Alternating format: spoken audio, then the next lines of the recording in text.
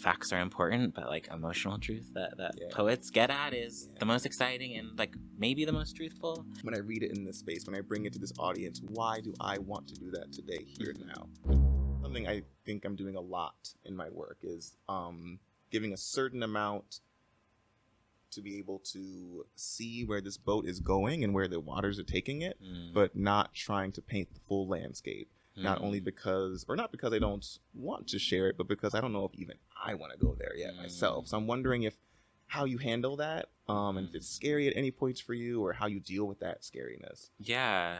Well, first, so do you feel that way about Cruel? God, yeah. I mean, a very common reflection I get from my work is, people are like, I don't know exactly what's going on, but I feel a lot of things. And that's kind of a lot of just my passion in art. Like, I don't always want to know exactly what's going on, but when I apply it personally, then I'm willing to approach what I'm willing to approach in the manner of which, or the manner and depth in which I'm willing to go into it, Yeah. And we talked about this too, it's a long game of poetry, right? Things I'm tapping into now with Cruel, I surely will keep writing about, and surely I hope that, not that I'll reveal more, but that I'll discover more.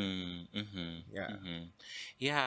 I mean, I feel like I asked because I feel like I recognize that in the book, but there was an intentionality behind it. I'm thinking of a specific moment that I marked. This stood out to me when I was reading. You said, I offer a puzzle that will madden you, but your ego feeds differently. I liked that itself as an offering of the text as a puzzle and as an offering, because I think even if there is distance that you're feeling and some fears about sort of, is this text going far enough? I don't know. I think there's something useful in that navigation, and then you being honest about that navigation on the page.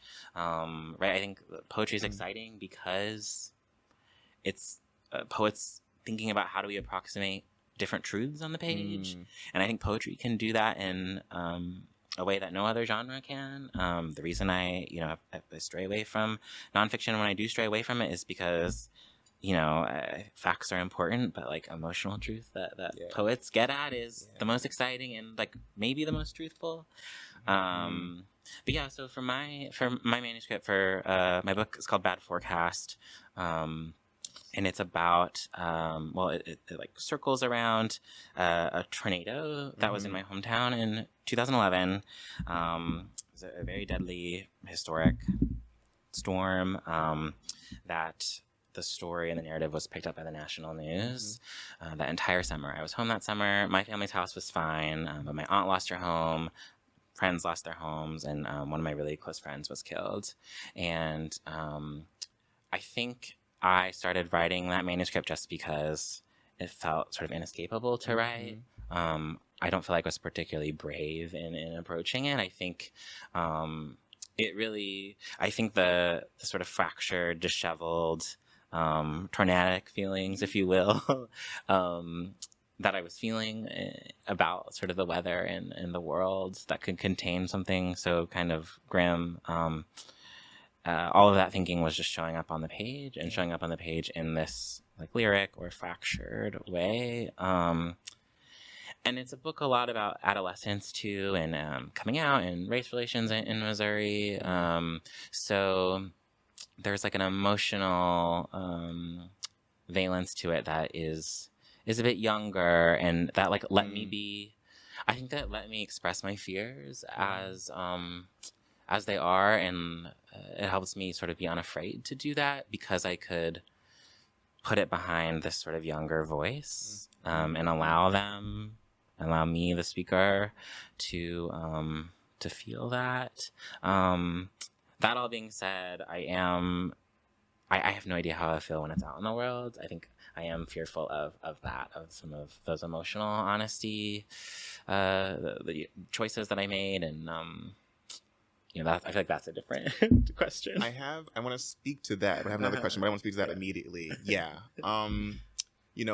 I've done a lot of readings. I've been on book tour most of this year, and I would try my hardest to plan really intentionally what poems I was going to read, depending on just where I was at. I don't know.